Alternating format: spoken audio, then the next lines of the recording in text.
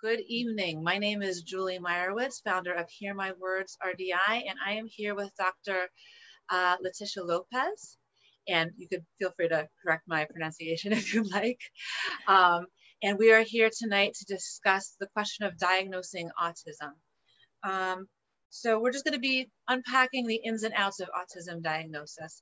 So like I said, my name is Julie Meyerowitz. I'm the founder of Hear My Words RDI. I am coming from 12 years experience, mostly pediatric, working as a speech language pathologist, also with training early on in ABA. So that's been a lot of my practice. And then for the last 3 years, training as an RDI consultant for autism, that's working with parents of children on the autism spectrum and independent adults on the autism spectrum to make their lives better and more engaged and freer as they would like to live. And Dr. Letty is going to be speaking with us today. Dr. Letty, would you like to introduce yourself? Yes, thank you. Good evening, guys. As Ms. Julie said, I'm a clinical psychologist. I've been working in various settings of private practice for about 12 years now. And now I have my private practice in Stuart, Florida, called Imagine Psychology Practice, where I primarily focus on parent training, family dynamics, really with children across the spectrum of not just autism spectrum, but across the board of all sorts of different developmental and behavioral challenges, as well as not just the treatment aspect, but the assessment aspect as well. Thank you so much for joining us tonight, Dr. Lopes, correct? Yes. So I would love for everybody who's joining us tonight to go ahead and just in the comment section down below, tell us where you're joining from so we could see where our audience is with us here tonight. So before we get started, I always like to ask my guests, what is your relationship to autism?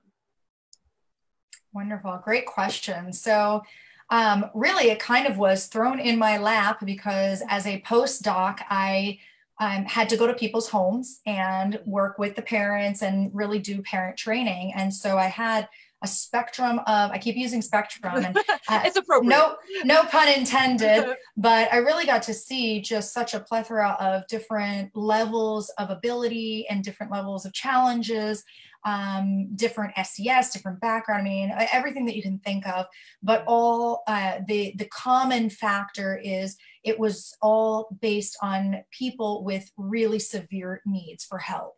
And it was almost like the last ditch effort before having to like institutionalize somebody. So wow. a lot of needs. And it was an absolutely amazing and humbling experience. From there, I really just started to hone in on who I was going to be working with. And that was partially the assessment, because I could offer not only the assessment, but the treatment process. Right. I really was able to focus in on kids on the spectrum, from diagnosing as little kids to pretty, severe challenges, all the way to teens and young adults who maybe need some social guidance and right. Are more independent out in the world. Right, that's amazing. So you could see really thinking spectrum also, but the whole range of the lifespan of what's going on with your clients to be with them from the very beginning. That's right. That's very helpful. And to have that clear understanding of what's happening from the very beginning, and actually wanting that myself, because I don't diagnose, is a lot of why I wanted to talk with you. And I also know that I think that there's a lot more clarity that's needed for parents and professionals alike, again, as a professional, sure. That I'm sure that you could provide for us. So the next question I love to ask, and I think it's so important to hear, for everybody to hear everybody's different answers. What is your definition sure. of autism? Gosh, really, really great question, really tough question, but right. Essentially, it's because, as you said, there's so many different people who have come from different places that have different right. definitions. But, right. It's at the simplest of terms, it's a developmental disorder, right. though we're really trying to get away from that term of disorder. Right. It's a variation. It's a variation of, it's a genetically based neurological variant for people who have a variety of different abilities and skill levels. Some of them are more related to communication and other repetitive behaviors and things, sensory behaviors. But really, it's a variant is kind of the way that I like to see it. And then trying to help, from my perspective, is trying to get us to a place where we can help others see that variant. It doesn't have to be a disorder. It doesn't have to be a disability. But there are so many things that we think of as commonalities. But really, there's such a vast difference amongst any person who is on the spectrum. Right. And so I would love for the audience to share their definitions of autism in the comment section down below. Something that you and I have discussed is that we see it very differently. The way that we understand autism and the way that we treat autism is very different. And in a future Facebook Live, I'll share more about my definition and some other things that I posted on YouTube. I share my definition. But I think it's just important to be aware, especially for parents and professionals, when convening a team of people working together, to make sure that we're all clear on how one another see what autism is, so that we can make sure that we're starting with the same language and with the same goals. Absolutely. So to make it functional so that we can all work together. So, okay. So we're here to discuss, we're really here to discuss the diagnosis of autism. So I'd love for you to start us off with why or when would somebody seek out an autism diagnosis? Absolutely. Great question. And really the best answer is as early as possible. That from my perspective, of course, because early intervention is by far the greatest thing that you can do for a person, for a child on the spectrum. You want to give them the best chances of learning and adapting and for the family to learn and adapt to it as well. And I can't tell you the number of people that I've seen who, once they get a diagnosis, whatever it is, autism or something else, they just see the world differently. They say, oh my God, my child wasn't doing this to upset me. My child wasn't doing this on purpose. And that's not to say, well, now you know that your child's not able to do this. It's not that. It's just that your child might need it to be done differently. And we might need to view that thing differently. So as early as possible, we can detect autism really at 18 months. At 12 months, you can start to detect things. If symptoms are severe enough, you can definitely start to see things at 12 to 15 months. 18 months is pretty standard as far as starting to screen. Pediatricians will start asking you things. By 2 years old, you'd like to have a diagnosis, again, depending on that severity. But for sure by 3 is one of those things that, you're supposed to be seeing language developing at a particular rate. And if you're not seeing that, the early intervention is what's going to make a difference. It's stepping in, it's talking to people and understanding how to parent the child that you have. Right. And a lot of the trouble comes from expecting things to be one way, and that's not how they are in the situation. Certainly. So it could be overwhelming. But I want to, before going forward, I really want to thank you for, in that description, making it clear that the diagnosis doesn't mean they can't.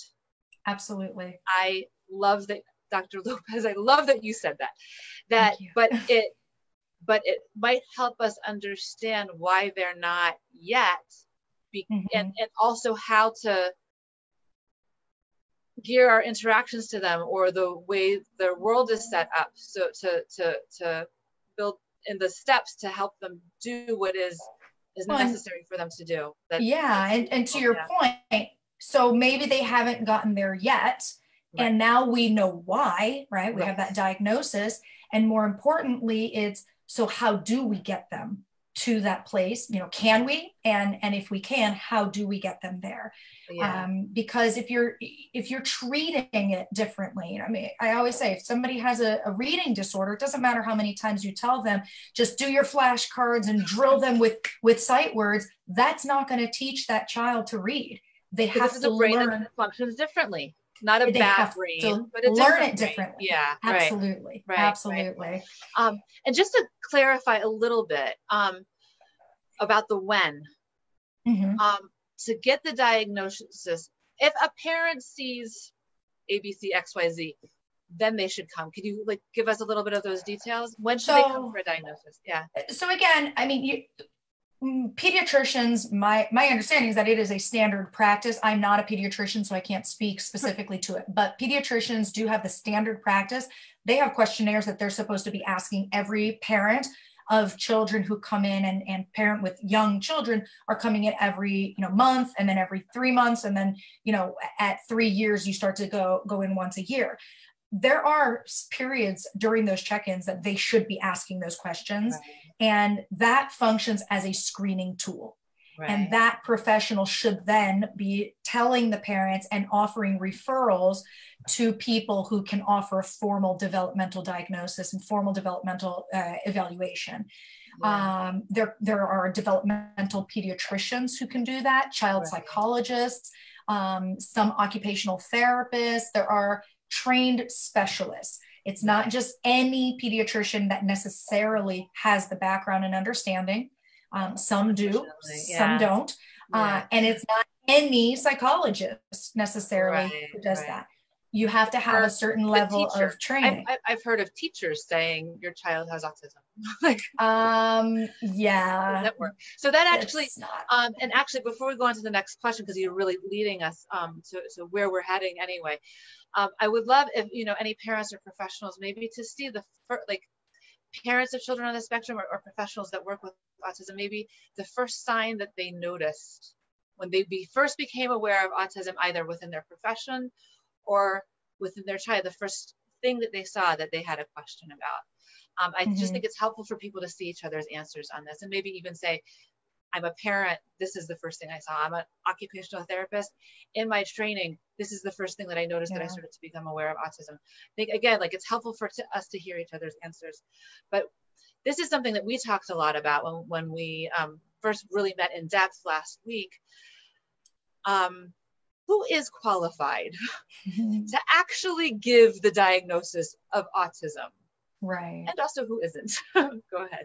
Yeah, for sure. And like I said, it's not just one person, but it is, there are various professionals who could, like a developmental pediatrician, a child psychologist, even a speech language pathologist, occupational therapist. But within all of those people, there are specific trainings, like there are tests that should be given to formulate that diagnosis.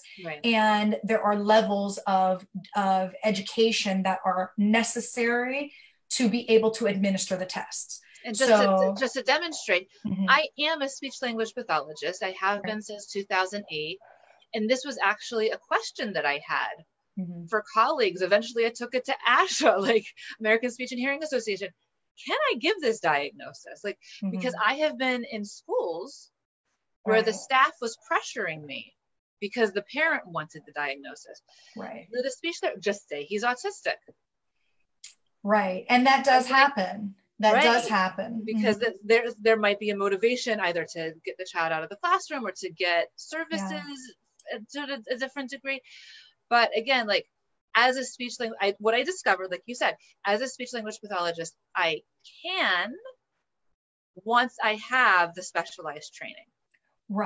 Yes. And that's really where it comes down, because all clinical psychologists are qualified to be able to get the training to do the testing, to diagnose, different disorders. But that specialized training piece is the key. If you've never administered the tests, then I don't recommend that you go around saying that. And that's the key. You cannot just diagnose because you say, oh, that kid's definitely autistic. That's not how it works. There are sets of questionnaires and tests and assessments and things like that that all need to be completed, and the information needs to be compiled and look at the full picture to say, is this or isn't this autism? Right. No matter how obvious you think it might look to you. Right. And so that is something that I often, again, like, this is my specialization. I've been doing this for however many years. I've seen different ages and different variants of it. And a lot of times I can identify it. Sure. But I will never say to a family, your child has autism. Right. I will say, this is what I'm seeing. And so also that's often interpreted as, my speech therapist just told me that my child has autism, right, because of the emotions and everything that it comes up with. Sure. But what I would love to hear is what goes into an a real autism diagnosis. Sure. A lot. Yes. And I often Not will. The waiter's opinion that he saw you once at the restaurant. Yeah. Correct. Right. But I will get a lot of parents who say, well, no, I don't need the whole evaluation. I just need to know if they're autistic. I just, so-and-so already said they are. So can you just verify that? And I said, I can verify it, but it's not a quick and easy thing, because even though there are screeners and tests that are specifically for diagnosing, the test manuals will tell you this should not be used in isolation. Right. This is not something I'll do a quick hour to 2 hour assessment with the child and that's it. So what goes into it is a plethora of information. You should know the history of the child from more than one reporter, not just mom, not just dad, not just one teacher, but a group of people who interact with this individual regularly and know them for at least 3 to 6 months period of time. You should be getting a baseline of intellectual abilities. What's their IQ, what's their achievement. You should also know, depending on the abilities, on the verbal communication abilities, what else is going on? Is there underlying depression? Is there underlying ODD? Lots of things. It is very difficult to diagnose autism because, as I'm sure you've heard, once you've met one, if you've met one autistic person, you've met one autistic person. Exactly. Because it looks so different from one case to another. There are things that overlap, but there are so many things that are so unique to each individual. Right. So it is, which of course then makes me sound like, okay, well then how would you possibly ever know? Right. And we do use lots of different ideas as far as like using the DSM-5. The reality is, some people love it, some people hate it. The fact is that is what, the diagnostic codes have to come from somewhere, and that's where they come from, whether you like it or not.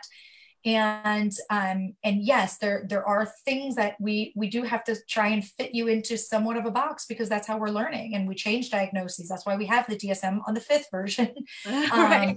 Revised and updated for reasons. And it's being updated for reasons. So, and it went from some specific broken down, 4 different kinds of disorders that people then decided this is all autism. So now it's all just under the autism spectrum. Which is the magical disappearance of Asperger's, what, in 2017? 2013 is when they not that long ago. Yeah. So the new DSM-5 came out, and now we no longer use the term Asperger's, right. But we use those different levels. And so again, it's the importance of somebody who has seen it, and you really need to just be with that person, watch their behaviors, hear everything else about their behaviors, do the questionnaires and the assessments, and then put all the information together and say, does this make sense? In order to have that formal diagnosis. Yeah. So why would, because it is more in depth, and it's probably also, more time and more money. Why, what's important? What would you like to share with parents is important about going to those lengths to be clear? Why is it important to go to be clear? It is very important, because in some ways I say diagnoses aren't really that important.